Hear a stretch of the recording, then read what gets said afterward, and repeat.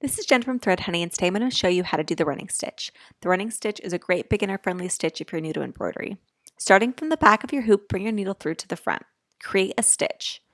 From the back of your fabric, place your needle a stitch length distance away from the end point of your original stitch, and then pull your needle through to the front of the fabric.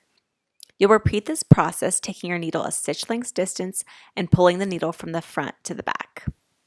The length of your original stitch is important because you're going to try to keep all of your stitch lengths equal as you go. The more equal your stitch lengths are, the neater your embroidery work will look.